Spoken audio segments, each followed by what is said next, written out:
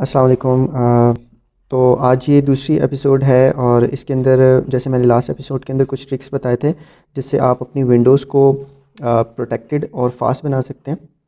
और इसके अंदर भी कुछ ऐसे ट्रिक्स शेयर करूंगा जिसके अंदर आप लोग अपनी विंडोज़ को ज़्यादा प्रोटेक्टेड और सिक्योर बना सकते हैं। तो फर्स्ट पॉइंट की तरफ चलते हैं। अच्छा, इस ट्रिक के अंदर ये है कि आप जो है जो विंडो के ओरिजिनल इनबिल्ट सॉफ्टवेयर्स हैं उनको ही हमेशा प्रेफर करें। जैसे विंडोज़ का जो मीडिया प्लेयर है, ठीक है, उसकी मैंने देखा है कि अक्सर लोग वीएलसी को प्रेफर करते हैं। वीएलसी हो गया, इसी तरह दूसरे सॉफ्टवेयर्स हो गए। वो जो है एक तो वही बात है कि आपकी स्पेस भी ज़्यादा लेते हैं क्योंकि वो कुछ जीबीज़ के अंदर उन सॉफ्टवेयर्स की जो स्पेस होती है। इसी तरह ये है कि वो उनका प्रोसेसर भी वो ज़्यादा यूज़ करते हैं। तो क्योंकि ये विंडोज़ का अपना इनबिल्ट है तो एक तो फ्री ऑफ कॉस्ट आपको मिल जाएगा, दूसरा ये कि होता भी ये ज़रा फास्ट है उसकी निस्बत।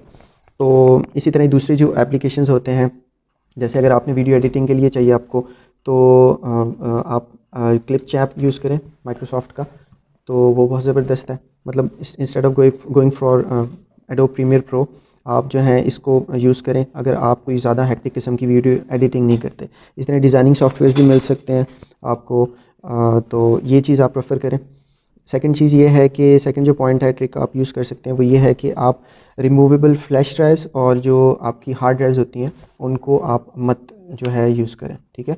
उससे ये होगा कि आपका जो होता ही है कि हम लोग जब रिमूवेबल फ्लैश ड्राइव्स वगैरह यूज़ करते हैं उनसे जितनी भी उनके अंदर वायरसेस होते हैं वो जो है सिस्टम के अंदर आपके आने के चांसेस बहुत ज़्यादा होते हैं। ऑनलाइन ड्राइव्स आपको मिल जाती हैं, उन ड्राइव्स के ऊपर डाटा सेफ रखें और उनको आप यूज़ कर सकते हैं। इसी तरह अगर आपने स्विच करना है डाटा, उसके लिए भी आप instead of going for USB flash drives, आप गूगल की जो गूगल की ड्राइव्स होती हैं, जैसे आपको फ्री स्पेस मिलती है 15 जीबीज़ की, आप उसको यूज़ करें। वहीं पर कोई डाटा अगर आपने रखना है तो वो डाटा रख के और जिस बंदे को वो देना है आप उसको वो लिंक शेयर कर सकते हैं। जैसे मैं अब ये डाटा है ये किसी को शेयर करना चाहता हूँ, यहाँ से शेयर करूँगा और ये कॉपी लिंक करके उसको लिंक भी दे सकता हूँ। और इस तरह से आप अपनी विंडोज़ को प्रोटेक्टेड भी बना सकते हैं और आपकी विंडोज़ का फजूल जो वायरसेस का थ्रेट वगैरह है वो भी नहीं रहेगा। थर्ड ट्रिक की तरफ चलते हैं और उसके अंदर ये है कि इंस्टेड ऑफ री इंस्टॉलिंग योर विंडोज़, आपने क्या करना है कि आपने अपनी विंडोज़ को रीसेट करना है, ठीक है।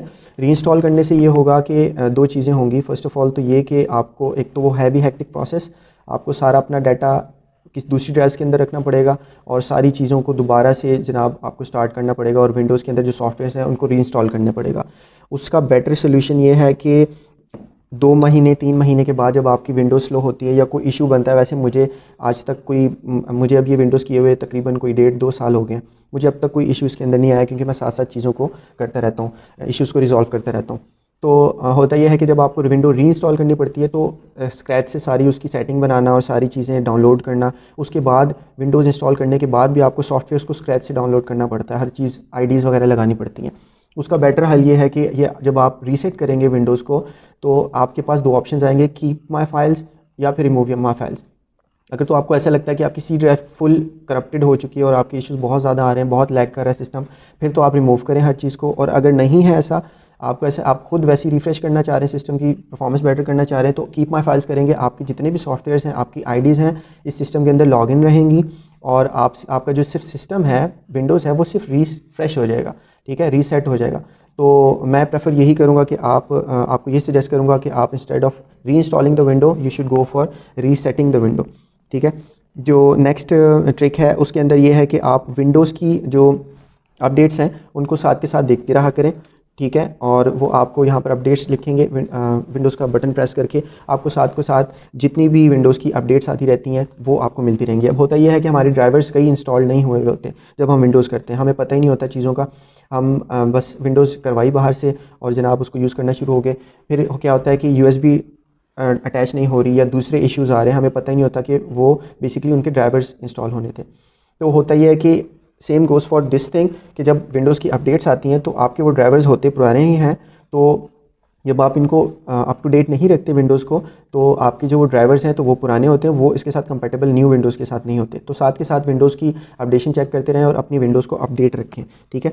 नेक्स्ट पॉइंट की तरफ चलते हैं और इसके अंदर ये है कि आपकी जितने भी विंडोज़ के एरर्स आते हैं वो आपको यहाँ से मिल जाएंगे, ठीक है। शॉर्टकट की आपको बता रहा हूँ, यहाँ पर आपको विंडो सिक्योरिटी सेंटर के अंदर आपको ईजीली मिल जाएंगे। वैसे आप यहाँ पर विंडो सिक्योरिटी सेंटर भी लिखेंगे तो आपको वहाँ पर भी आपको चीज़ें पॉपअप होके नज़र आ जाएंगी, ठीक है। यहाँ पर ये सामने आ जाएगा, वैसे शॉर्टकट की मैंने आपको यहाँ से बता दिया, ठीक है। तो इसके अंदर आपके वायरस के इश्यूज़ हैं, अकाउंट के इश्यूज़ हैं, आपकी ऐप एंड ब्राउजिंग कंट्रोल के इश्यूज़ हैं, आपको यहाँ पर प्रोसेस सामने नज़र आ जाएगा। येलो कलर को आपको एक्सक्लेमेनेशन मार्क नज़र आ जाएगा अगर आपके सिस्टम में कोई एरर है इन पॉइंट्स से रिलेटेड। उन पॉइंट्स को रिजॉल्व करें, विंडोज़ जो आपको कह रहा है उसको साथ साथ करते रहें, एरर फ्री करें अपनी विंडोज़ को, ताकि आपका सिस्टम फास्ट और प्रोटेक्टेड रहे, ठीक है। नेक्स्ट पॉइंट की तरफ चलते हैं, और इसके अंदर ये है कि आप जितनी भी आपकी बैकग्राउंड में रनिंग ऐप्स हैं वो आपको यहाँ पे पता चल जाएंगी, ठीक है। या फिर आप टास्क बार में भी उसको चेक कर सकते हैं। जिस तरह टास्क बार के अंदर आपको अभी बता रहा है स्काइप आपका चल रहा है, टास्क बार चल रहा है, माइक्रोसॉफ्ट एज चल रहा है और आउटलुक चल रहा है, ठीक है।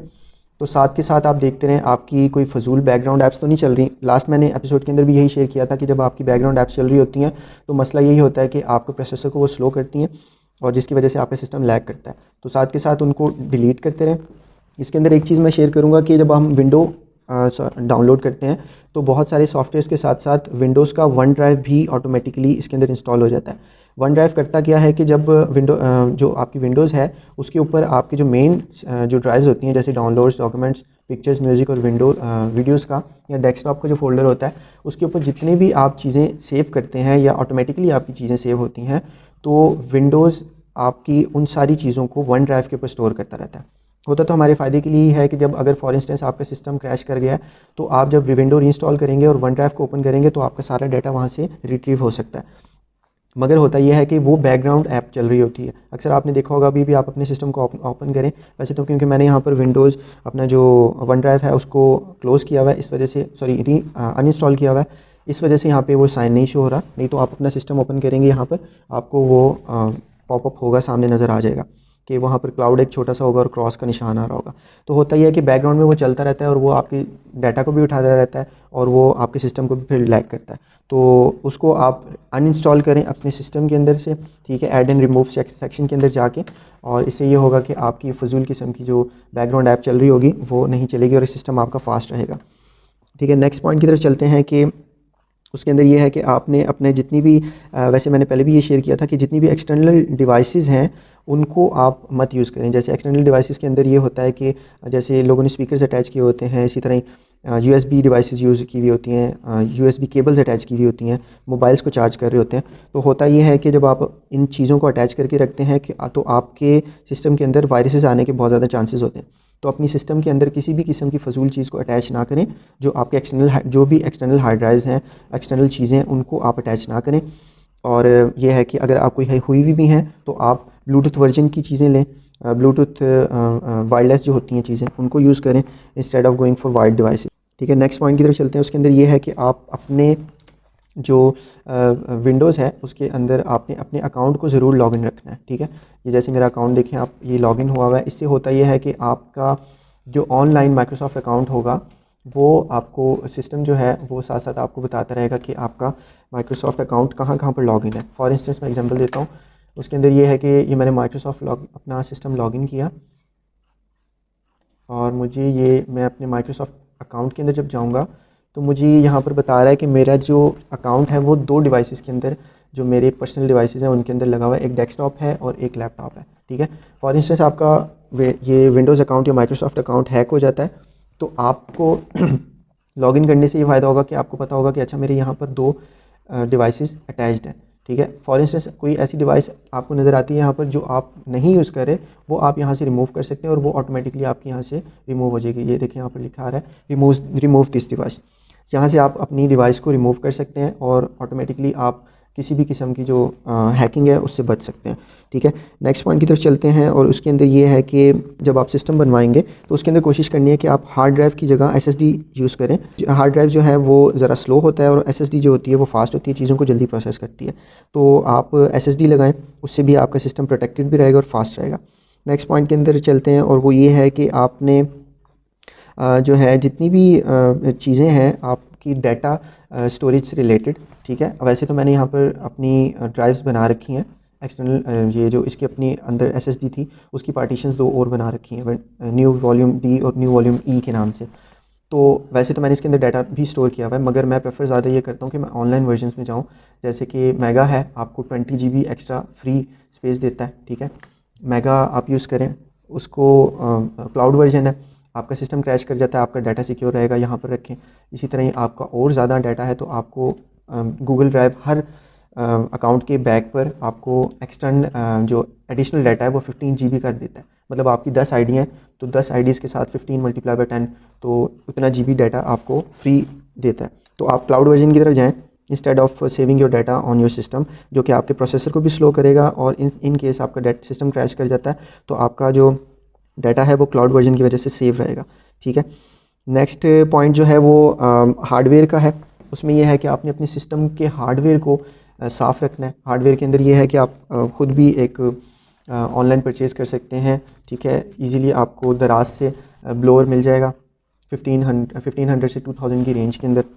ठीक है, और वो आप ब्लोअर जो है वो ख़रीदें और अपने सिस्टम को साथ साथ जो है अपने साफ़ करते रहें। उससे क्या होता है कि हमारी यूजेज की वजह से जो फ़ैन होता है वो डस्ट कैच करता है और वो सारे सिस्टम के अंदर जो भी उसकी मदरबोर्ड है उसके अंदर मिट्टी वगैरह जाती रहती है, उसकी वजह से जो है चीज़ें स्लो होना शुरू हो जाती हैं। तो अपने जो प्रोसेसर है और जो आपका मदरबोर्ड है उसको साफ़ रखें, अपने ब्लोअर के साथ साथ महीने में एक दफ़ा साफ़ कर लिया करें। नेक्स्ट पॉइंट के अंदर चलते हैं और वो ये है कि आपने जो विंडोज़ की इंस्टॉल्ड ऐप्स हैं उन्हीं को ही आपने प्रेफर करना है। ठीक है, ये मैंने पहले भी शेयर किया था वैसे तो, मगर ये है कि इसके अंदर जैसे मैंने किसी भी किस्म की एक्सटर्नल एप्लीकेशन जो है वो नहीं इसके अंदर की हुई। जैसे कि लोगों ने मतलब फ़ाइल्स डाउनलोड करने के लिए uTorrent डाउनलोड किया हुआ होता है, इसी तरह दूसरी चीज़ें डाउनलोड की हुई होती हैं, वो कभी भी ना करें। ठीक है, इसी तरह ही कुछ लोग ज़बरदस्ती अपने सिस्टम के अंदर फजूल ऐप्स करते हैं। इवन के सिस्टम का जो सिक्योरिटी सिस्टम विंडोज़ का जो सिक्योरिटी सिस्टम है वो उसको कह रहा होता है कि आप इसके अंदर ये ना करें, मगर उसको वो बंद करके और फिर उसको ज़बरदस्ती सिस्टम के अंदर वो चीज़ें डाल रहे होते हैं। वो वक्ती तौर पर चीज़ें हो तो जाती हैं डाउनलोड, मगर होता क्या है कि बाद में फिर आपको वो प्रॉब्लम करती हैं और फिर आपके सिस्टम क्रैश करता है या सिस्टम लैग करना शुरू हो जाता है। ठीक है, लास्ट पॉइंट ये है कि आप अपने सिस्टम का जो नोटिफिकेशन सेंटर है उसको साथ के साथ क्लियर करते रहें। जितनी भी आपकी नोटिफिकेशंस आती रहती हैं वो आप क्लियर करते रहें। विंडो में रिकमेंडेशंस आती रहती हैं वो उनको साथ साथ देखते रहें, जो आ रही हैं उनको साथ साथ प्रोसेस करें। इससे क्या होगा कि आपके बैकग्राउंड पे जो आपकी नोटिफिकेशंस हैं वो सेव हुई हुई होंगी। जैसे आपके मोबाइल के अंदर इनबॉक्स है या दूसरी ऐप्स के अंदर नोटिफिकेशंस आई होती हैं, तो जब तक आप उनको ख़त्म नहीं करते या यूज़ नहीं करते या चेक नहीं कर लेते तो वो ऑटोमेटिकली बैकग्राउंड पे प्रोसेस हो रहा होता है कि ये नोटिफिकेशन अभी पड़ी हुई है। तो आप अपनी नोटिफिकेशन सेंटर को क्लियर रखें और साथ साथ जो रिकमेंडेशंस हैं उनको अप्लाई करते हैं। तो आई होप कि ये चीज़ें यूज़ करके आप अपने सिस्टम को फास्ट कर सकते हैं। किसी किस्म का क्वेश्चन है आप नीचे कमेंट डाउन सेक्शन के अंदर भी शेयर कर सकते हैं। और thank you so much for watching.